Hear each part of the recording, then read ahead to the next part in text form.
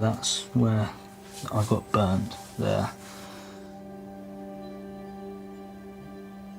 My scars tell a story. When the police found me, I was told I was 10 days away from death.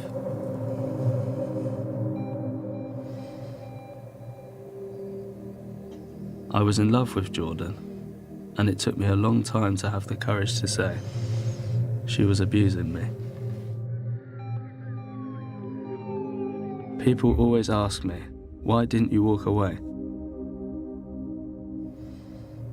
But it's so complicated. As each day goes by, I'm understanding it more.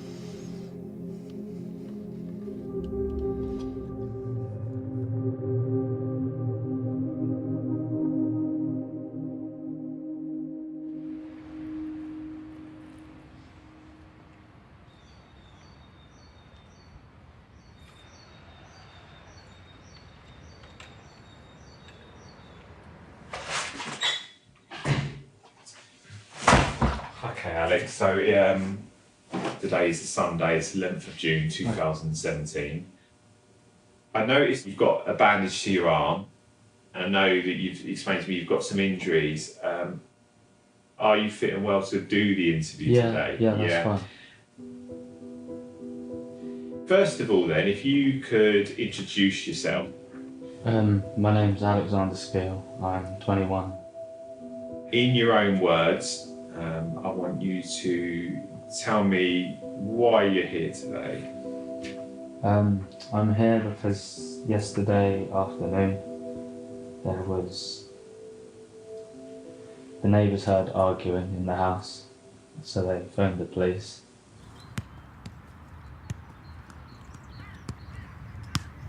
I grew up in Bedford. I basically just played football. Every Saturday and Sunday, I was playing football, pretty much. I didn't really care about girls. I didn't at all, until Jordan come along.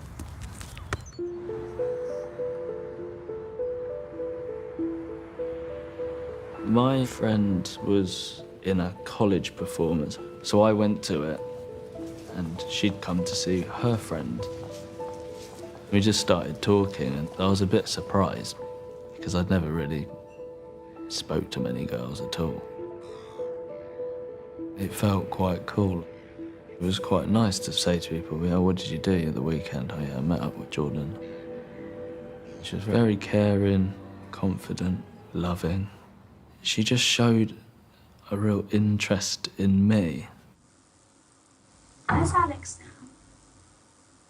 I just want to sort everything out. Start again. Yeah. Yeah. You're both very young, aren't you? How old are you? 22 and Alex 21. Okay. So what you were doing? I was holding a knife. I just Tell me, wanted him to come in the house. tell me about the knife. It was a big one from the kitchen. I think it was a bread knife. I'm not actually sure. So how far do you think the knife went in, Jordan? I don't think it went that far, but it did. There was a lot of blood. Alex was a kid that I knew from the playground at school. We just like clicked. So it was just normal to get to know his girlfriend. Alex's family were going on holiday, and Alex and Luke weren't going. Sort of teenagers were like, no, we'll have a free house, that'll be cool. Jordan was there, and she was part of the group. We got drunk a few nights, we ended up singing Bastille on a shed roof, and she seemed pretty cool, like, it's all good, like, we're all mates now. She was friendly when we first met. She was always quite quiet as well, quite timid. Everyone loved her. Everyone thought she was lovely. Everyone thought she was just delightful. He was just absolutely smitten by her, absolutely loved her to bits. She was just a bit tricky. And we are a really close family, and she didn't get us. She used to say things like, why'd you all sit round a table and eat dinner? She'd say, I don't really like the colour grey. I don't think you should wear the colour grey. Oh, I don't like your hair like that. You should have your hair like this. Oh, I don't like the shoes that you're wearing. But I never took it as a negative. It was just more or less like, oh, it won't impress her, I won't wear it again, sort of thing. Her behaviour started to change. The longer they were together and how the relationship grew, the mind games started playing. We booked Lion King in London for her 18th birthday. We had a great time, it was lovely. And then Alex messages at like midnight going, she's gone, I don't know where she is. I went into the toilet and I come out and she'd just disappeared. I didn't know where she'd gone. We were all just like looking around for about an hour.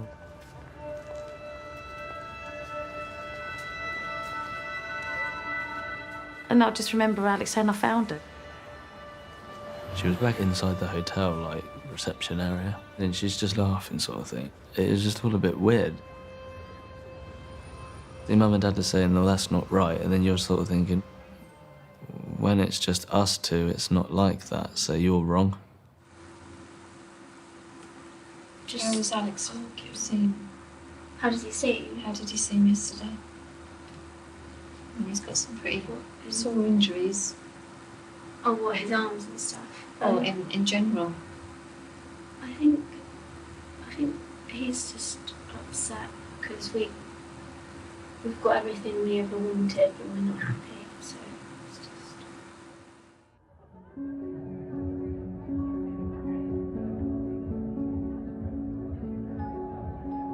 Alex's mum wanted a big bash for her boys. She loves to show off her boys. And to be fair, like, they were doing so well. Like, Luke just got into uni, Alex was going on to college. I was like really excited for that A team. It seemed like it was going to be really good. I hired a hall and we had special invites made. He had a Leeds United cake, as he would. There was my mum's friend's daughter that used to come round quite a bit, and Jordan said, she's there, I'm not going to go, sort of thing. And I said, well, I don't know if she is actually going. And she was there. And then, like, halfway through the party, suddenly there's shouting.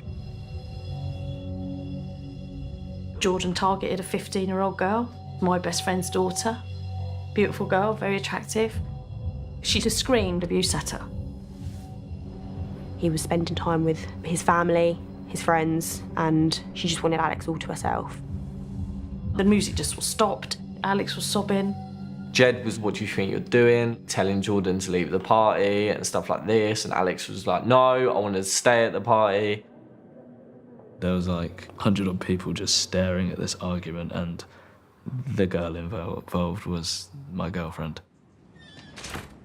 I took Alex away to the bathroom and he was just screaming like, I need to look after her, I need to be with her, like, I love her. He was saying, look, leave her, she's not good. I was a bit clouded by what happened because obviously at the time I loved her and everything. I think it was about a week or two afterwards. I remember having a few arguments, and then she snapped my SIM card. It just a penny dropped, and I thought, she's just not right. Everyone is right. I thought, no, I'm not doing this. I'm gonna go. That's it. I'm done.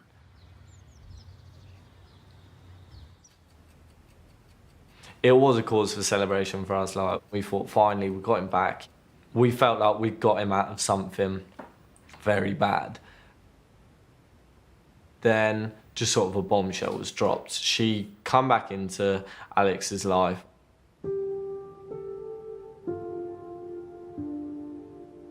Out of the blue, she got his friends to go and pick her up, to bring her here to tell her she was pregnant. And I'm like, yeah, right, that old chestnut, you can do a test in my house. You know, I'm not falling for that. So she did do a test in the house and she was pregnant. I said to Alex, you don't have to be with her, but you need to stand by her. So that's fine. I don't mind paying my way. But I was thinking, I can't be with you. There's just no way that's happening because couldn't deal with her. Constant mind games, time and time again. And then I didn't hear from her for a year.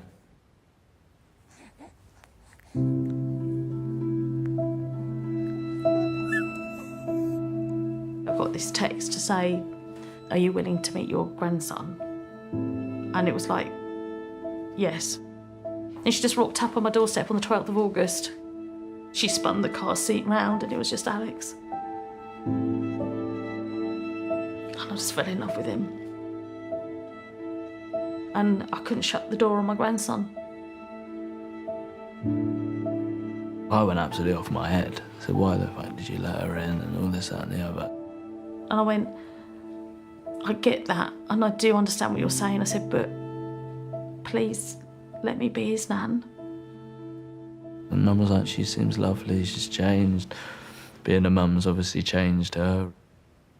The beautiful little boy there. We all gave her the benefit of the doubt. She's a mum now. You know, give her a chance. And we even said to Alex, give her a chance. Alex's mum arranged for him to meet the kid, but without seeing Jordan. And it was very much like, he was like, okay, like that's disassociated it a bit already. Like, I don't have to see her. He still hated her guts, but you can see his kid. I knew for about a week that I was going to be seeing TJ for the first time. And I sort of said, no, look, I want to do it with Grandad. We're close, really close. Whenever I was ill, I always wanted to be with Grandad. So I remember Grandad driving the car, he goes, he's a lovely little boy, you know. He's lovely. You'll love him. I just remember walking in and he's just lying there, kicking around, being a little monkey, basically. And I just thought, well, yeah, that don't really surprise me, because that's what I'm like. It kind of all went a bit fast forward from there. Before we knew it, she was living with the Skeels. She was lovely, couldn't fault her. And it was just this lovely, extended, happy family.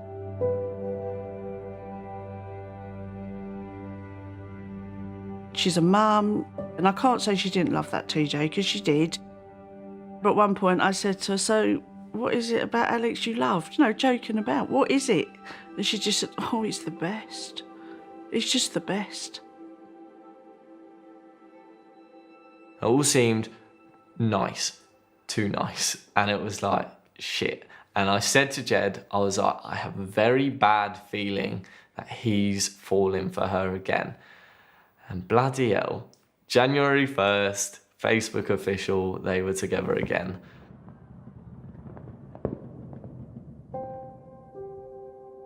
He saw this as his life. He felt it was his happily ever after. It was probably the best it ever was. It was fun. I was happy, she was happy, TJ was happy. And then the cracks started coming. She just got back into his head to a point where you couldn't do anything to stop it.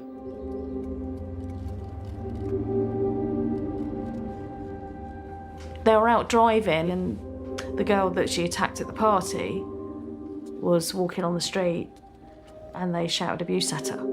Of course, her mum rang me and said they're abusing her in the street. I said I wasn't happy with these mind games starting again. I thought we'd gone past that.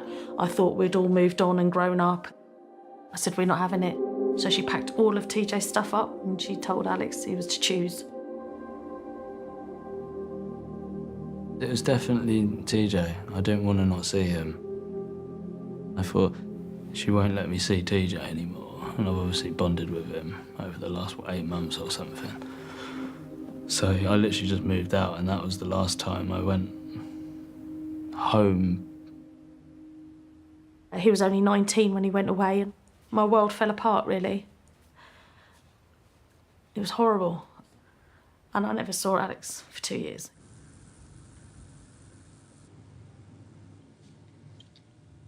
Do you love Alex? I do. Obviously, things have got particularly out of hand in your relationship. Yeah. Okay. Alex has spent some time with us today. All right. And he's quite upset about what's happened. And he's told us some quite shocking things that have been going on.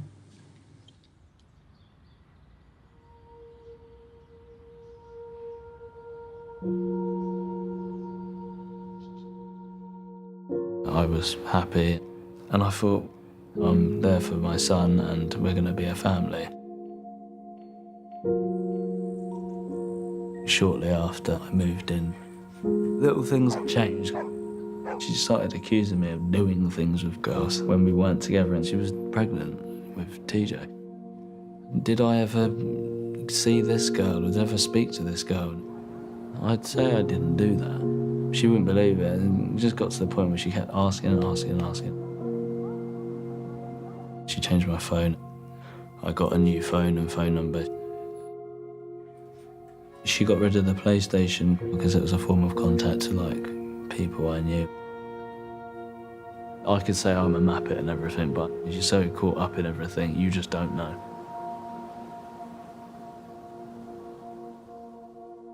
I didn't know where he was.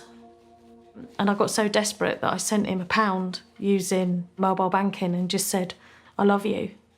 And I got back, I hate you, stay away from me. It was horrible, I grieved for him. I used to have the most horrific dreams. A lot of my dreams would go back to when he was a baby. I was having twins, and I went for just a standard check, approaching 30 weeks. And they were faffing and faffing. And I just looked at the nurse and I just said, there's a problem, isn't there? And she said, and she just went straight over to the phone. She said, I've got Mrs. Skeel here and I'm losing twin 2. I'm bringing her up to delivery now. When I came round, they said, we'll take you to see your babies. Alex was £2. So I said, I don't want to look at him. Take me away. And I was frightened to love him. I've always worried about him. You know, I don't worry about my other 2 sons, but I always worried about him. Alex seems relieved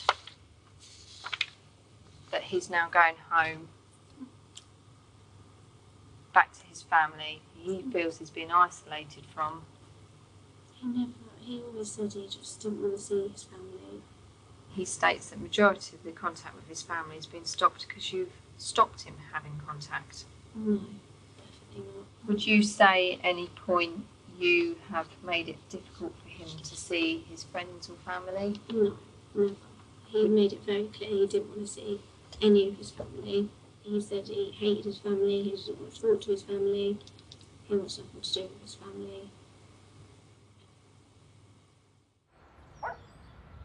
One day, she comes upstairs and she said, oh, my mum's just got a message off of your mum to say that your granddad has died.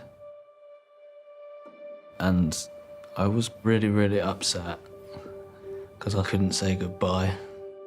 I just kept thinking, oh, how am I ever going to forgive myself? And then a few hours later, she was, why are you upset? I said, well, because you just told me probably the most important person in my life has died. And she was like, he's not dead. She think, yeah, he's gone, and no, he isn't.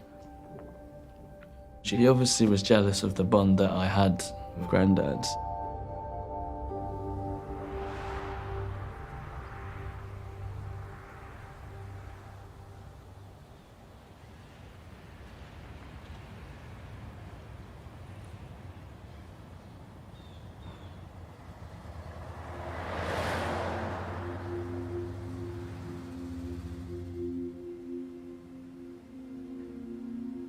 That first month, it was brilliant. It was really good.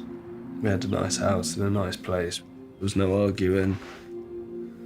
And if everything carried on the way it was and kept going to plan, we'd have been absolutely fine. We'd have been more than fine. We decided that we would try for another child. And then straight away, we found out she was pregnant. And I thought, well, that's like amazing. I was really happy. But then everything just gradually got worse and worse and worse. I went to work. It was a really good job and I really enjoyed it. She told me that I needed to leave because it weren't good enough. I didn't like leaving. She was going to university. Jordan said, "You're going to come to uni with me every day because I don't trust you at the home because you're going to go back to see your mum and dad without me knowing." I don't know how I got the money. She took my wallet off me. So then after that, I just went to uni with her every single day. Alex become a ghost. Like, he's untraceable. And he's missing all these massive things we'd spoke about years before. I literally could not listen to Bastille while he was away. Bastille would come on and I'd start crying in the middle of a club. We found a Facebook page of Alex, but his name was spelled A-L-I-X and his middle name was Thomas. And that was very weird.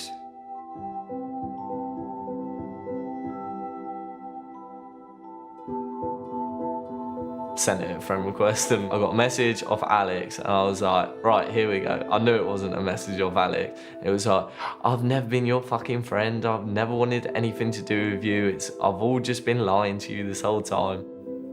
And I remember literally replying, "You're right, Jordan, it's finally my turn then, is it?" And then just blocked.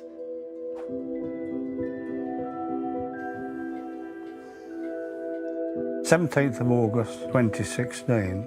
What I said was, "Happy birthday, Alex. We miss you very much. Love you, Nan and Grandad." All I got was, "Don't message me again." And that really cut me out. I received a message from Alex's Facebook account. It said something along the lines of, "Are you still fat?" Something she knew would potentially upset me. A Facebook page told me that they'd moved into a house in Stuartby. So we knew roughly where he was, but we didn't know where. I said, "Look, I'm putting a stop to this. I'm going to find him. I'm going to go and find him." A friend of mine who was brought up in Stuartby, he drove round as well. She loved elephants. My son George was with me and he said, "There's an elephant in the window up there." So I said, "It's got to be it then." So I banged on the door and all the lights went dead, black, nothing. And then at one point a downstairs light come on and I saw the outline of Alex going to the kitchen, and then the light went out, went back upstairs. And I just said, "He hates us. You know, when he's ready, we'll see him. But until then, we've just got to leave it."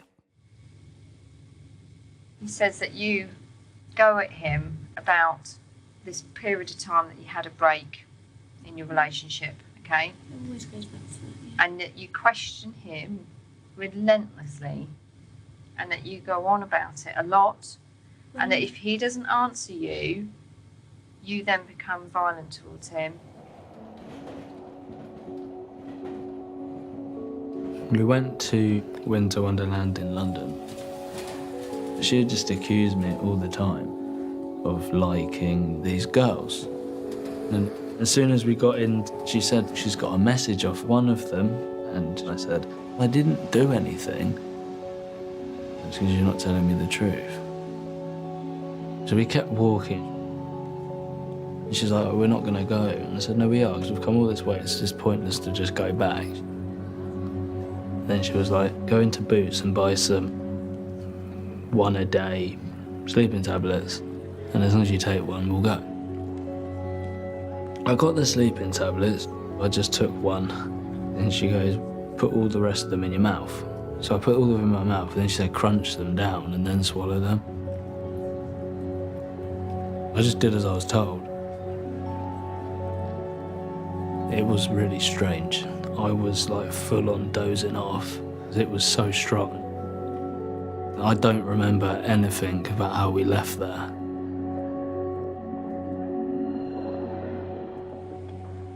Alex has said that since mainly that you've been living at this address, he has almost been attacked or physically put through some sort of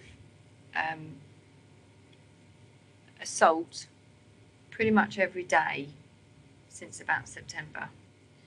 He states if you missed a night of hitting him, you would then make up for it the next night. No. I don't know why he would say that.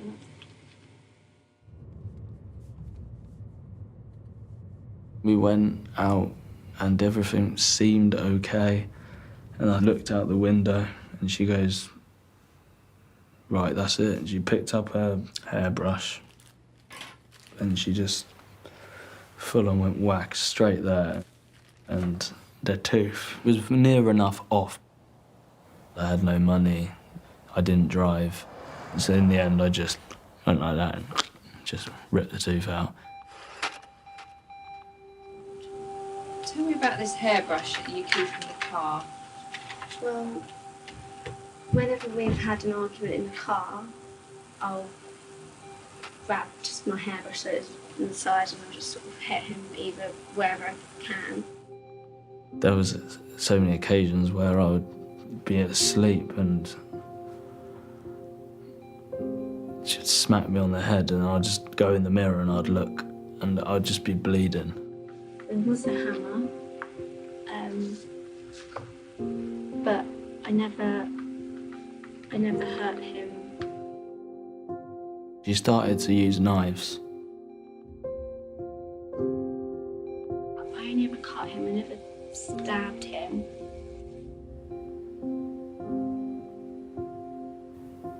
I wasn't eating properly. She didn't let me. Sometimes he said, oh, can we cook pasta? And I'll say no because I'm not hungry. She said, you're not allowed to sleep in the bed. So I slept on the floor. Yeah, that's very true. Me and TJ sleep in the bed. I could feel that my body was starting to shut down.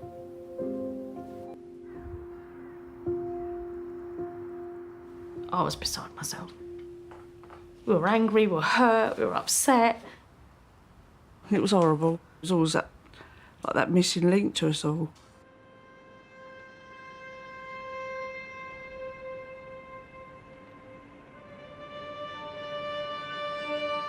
His dad, Graham, called me and said, come on, Sue, will you come with me? He's asking for help down the phone. So we went back to the house, get there, all the lights go off again. And I said, if you don't open the door, I'm ringing the police. And he was going, go away, I don't want you here. And he said, no, you've called for help and I'm here. 2 cars came. They told us to sit in the car while they went in. And they came out to us and said, oh, they've had a row. The police said they put them in separate rooms, had a word with them, it's all fine. But your son is walking with a limp. And that was it.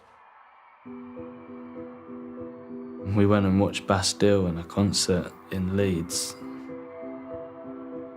It was fun. Like my favourite band in my favourite city. But the next morning, I remember waking up in the morning to boiling water being poured on my back. And it was horrible. It hurt. It was so sore. And it was so bad, he screamed. Never in Leeds, never. He says that he's told to make a story up to tell your parents that the shower in the hotel was faulty. I don't. Sorry, I don't know why. Have you ever subjected him to a lie detector test? Yeah. Would you do that regularly? No, we only did it I think it was like one day we did it. She got a £5 lie detector and she told me to strap my hand in it. And she had a boiling water kettle. The lie detector buzzed to suggest that I was lying. I ran off and I just ended up just slamming the door shut.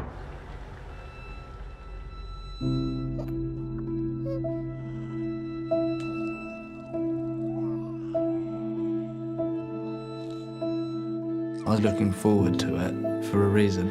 It could change her from doing all the stuff she's doing to me, and it might stop it. But that lasted about 3 days. The next thing, the police knock on the door and there's blue flashing lights.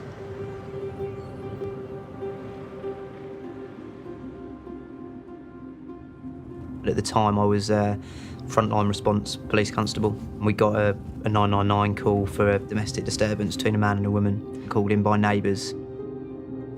Bedfordshire Police, how can I help? There's a couple and it sounds like they're having a really, really bad fight. He's shouting, and I'm sorry, not my fault. Get off me, leave me alone. Stop hurting me.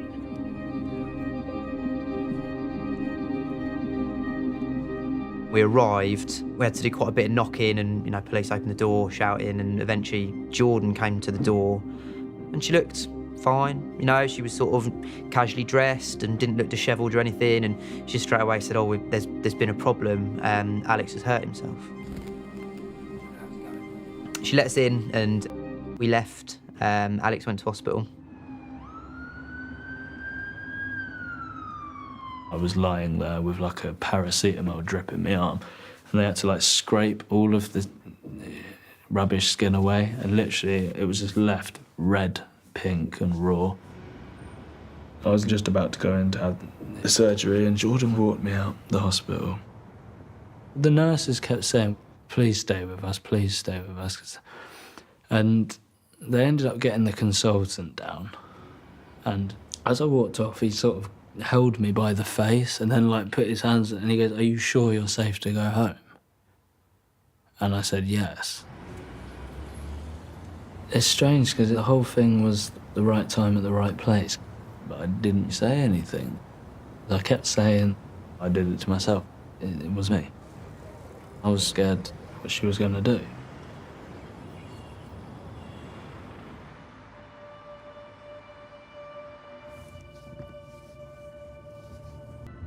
But I wasn't able to get hold of him. A few days after that, on our job system, I saw Alex's address and there was a call just coming in. So I called up straight away and said, I'm going. We were just shouting and arguing. And the next thing, the door knocks and there's a police car outside, and I opened the door and it was Ed standing there and had a really nice smile on his face. Hello. How you doing, mate? Remember me? What's been going on today, mate? We'll go upstairs. Are you alright down here for a minute, Jordan, yeah? Have you been assaulted or anything like that today? No assault, nothing. It's just an argument. We're just so stressed out. Are you 100% sure, Alex? Yes, I'm 100% sure. I know you've said this to me the other night, and you're obviously saying it to me now, but are you 100% sure? Because you're not looking me in the eye, you're looking at the floor. So those injuries, you're saying you've done them to yourself. They could easily, because of where they are, they could easily not have been done to yourself, right? And just hear me out. Even in the house, he was not budging on his story at all. He was absolutely adamant, no, I do this to myself, I do it to myself. I didn't really want any commotion. I know if the police get involved, it would possibly be really difficult. I was always thinking, how would she react? If I did anything wrong or not what she wanted, she would go off her head. That was what was running through my head the whole time.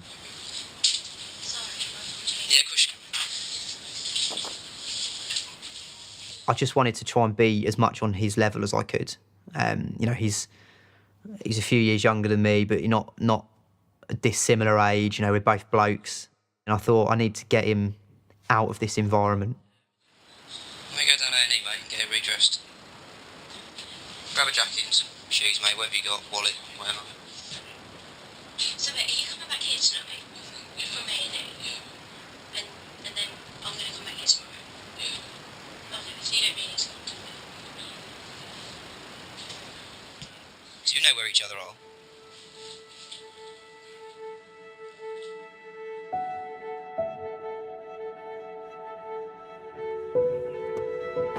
He sat me in the police car and he said, right, we're not leaving it until you tell me the truth.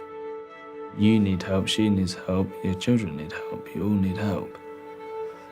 And I still said, no, I'm doing this all to myself. I turned my camera off and I said to him, look, my camera's off, it's just you and me in this car. Straight away, I just said it. And I said, just please just go on what the neighbours have have said, because I don't want to say that it's come from me. He just quite calmly said to me, yes, it was her. I just need to explain to you that at the moment you're under arrest on suspicion of assault occasioning grievous bodily harm. I sat her down in the living room. I didn't really know what to expect in terms of how she was going to react, because she's very slight, very well-spoken, very polite, you know, to all intents and purposes, friendly and well-meaning young lady. Obviously, it's serious because you have been arrested, yeah? But we'll go down and we'll have a chat at the police station and we'll get everything in black and white properly, give your side of the story on tape about what happened. Yeah? So what we'll do is we'll leave Iris with your parents. Yeah? Are you happy with that? That's fine, Yeah? And on the drive back, she was saying to me, oh, so, you know, how long do you think I'm going to be in? Do you think it'll be maybe an hour? I said, no, it might be a bit longer than that.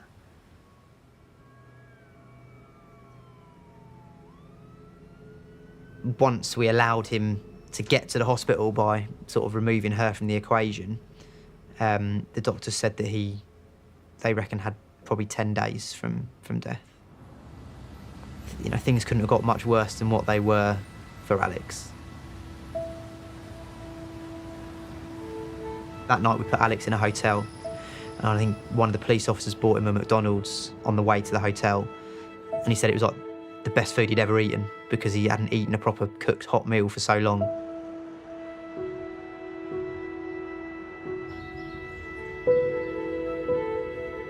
I had like a buffet breakfast in the morning, and I was overlooking Bedford River. I actually sat there and I giggled to myself. There's me. I've got a T-shirt on which has bloodstains on it still, because I didn't have any other clothes. I just looked a mess, bandages, and all these posh people in ties and that, and it was a lovely bacon. And I'm sitting there just like, I don't care if I feel out of place here.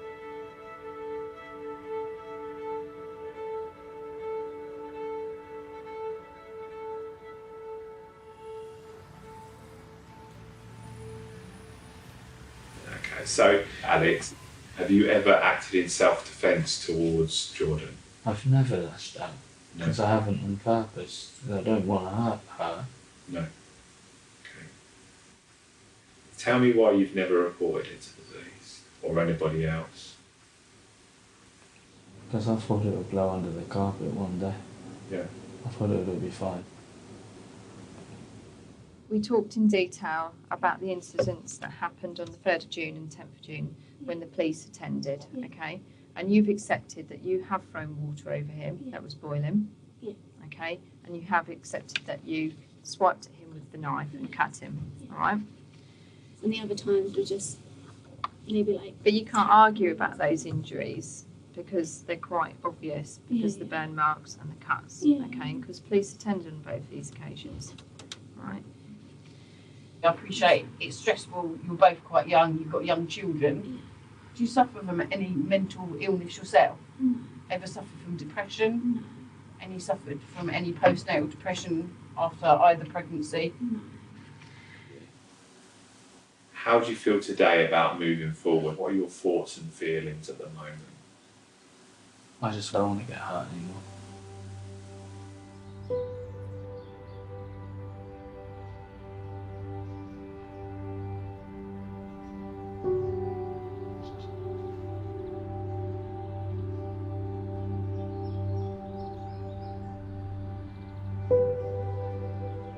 Phone was ringing, and the phone call was the sergeant, and she said, just to tell you your son is safe and well. And I said, what's happened? I said, did she hurt him? She went, yes, he's been burnt, stabbed and slashed.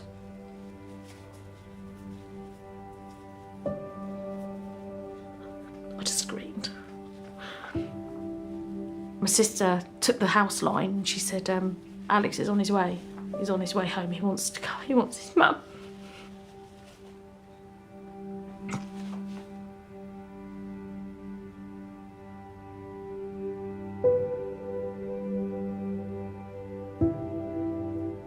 What he looked like coming up, that he couldn't even barely walk up a path. And I said, can I have a cuddle? And he goes, please, just give me a cuddle, Mum.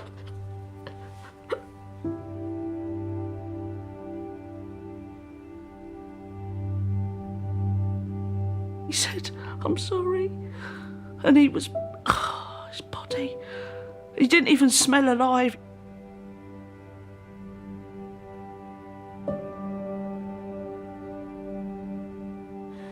And he said, oh, look, the last bullet she's got now is my children, and I need to make my children safe.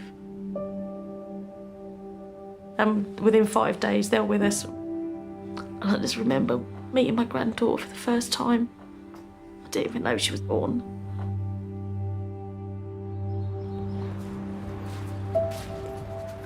Hello, mate. How are you?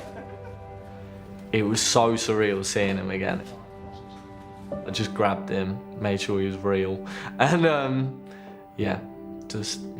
just hugged him very tight. I'm literally buzzing, mate. Yeah.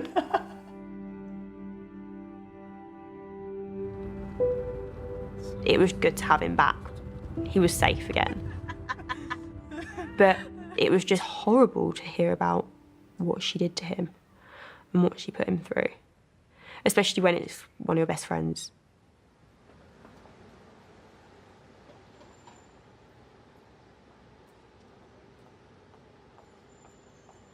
Her sentencing day, there was no sense of remorse, I'm sorry. The only thing the judge did say was Jordan doesn't blame Alex for anything that she did to him. I think in her mind, the more she did and seeing him stay, the more she felt like he really did love her because he still stayed. And it's really weird to even comprehend that, because most people wouldn't even think about pushing the person they love, like, just wouldn't cross their mind.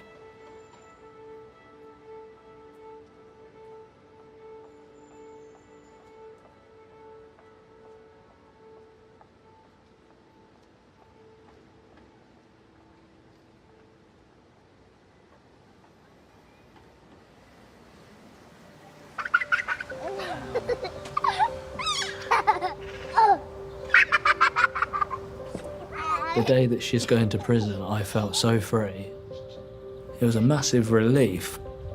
I remember just sort of saying, I can actually look over my shoulder now for the first time in 5 years without worrying. It's good that we got there when we did, but because it's so unusual, it's a female offender, just didn't come together in our heads as quickly as perhaps it should have done. I was quite critical of myself after the incident because I felt like I should have challenged more and seen it more the first time I attended the address.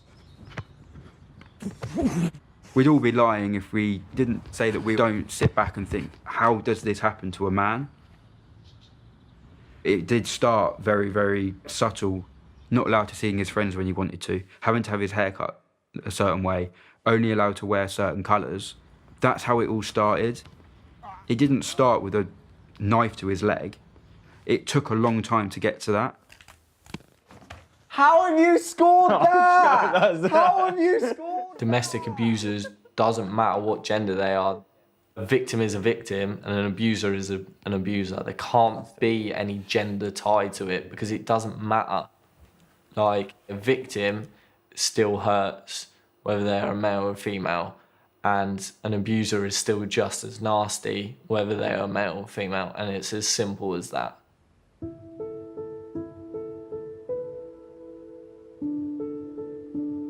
Now that I'm free from the relationship, I'm beginning to understand abuse better. And I hope I can help others understand it too. Right, spread around. No, Joe, you're just blocking the pass off. I'm starting with the football team I coach. They are sponsored by a domestic abuse charity. And I'm talking to professionals about how to recognise signs of abuse. It's going to be locally set up, and that's what the groups run out of. The memories will never leave me, but I'm learning how to cope. There you go, jump down that looking mess. Thank you very much, I like that. You alright? I have so much support from my friends and family, and I'm building a future for me and my kids.